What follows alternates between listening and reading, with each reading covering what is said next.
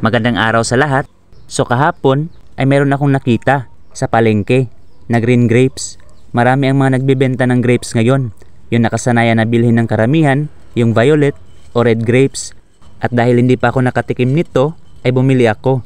Nakikita ko lang ito sa mga vlogs, kaya excited na ako na matikman ngayon.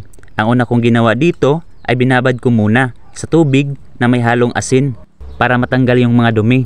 Sa tingin ko ay imported ito, kaya mas mabuti na may babad ito sa asin na mga around 30 minutes. Mas nagiging malasa din ito. Hi guys, so for today's video ay titikim ako itong green grapes. So ito siguro yung tinatawag na shine muscat grapes. So first time ko na matikman ito ngayon. Saka nasa 80 plus yung nabayaran ko dito. Almost 1/2 kilo siya guys. So ito siya. Mas excited na akong matikman ito kung ano ba ang lasa. Yan, so it's tikiman time na. Malutong naman ito at mas malalaki ang mga bunga compare doon sa nakasanayan natin na bilhin na grapes. Matamis din naman ito na klase ng grapes, saka juicy. Wala akong nalalasahan na asim dito. Ang nakakatuwa pa ay mas nalalasahan ko yung mangga na flavor sa laman, pero very light lang. Yun bang hinog na Carabao Mingo. Base lang ito sa honest review ko. Pero para sa akin, mas matamis yung seedless na grapes, yung kulay violet. Pero masarap na din ito. Kung ako tatanungin, kung bibili pa ako nito, ay yes, bibili pa.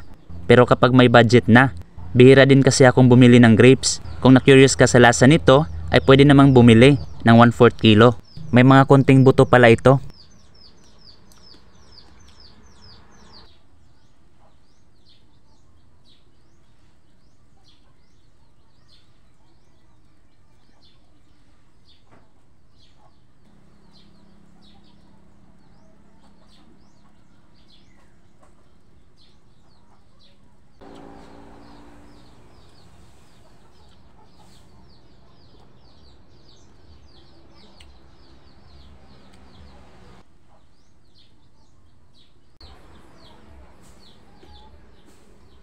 At kung gusto nyo pa ng mga ganitong review o pagtikim ko ng mga rare na prutas, ay i-follow nyo lang ako dito sa aking account.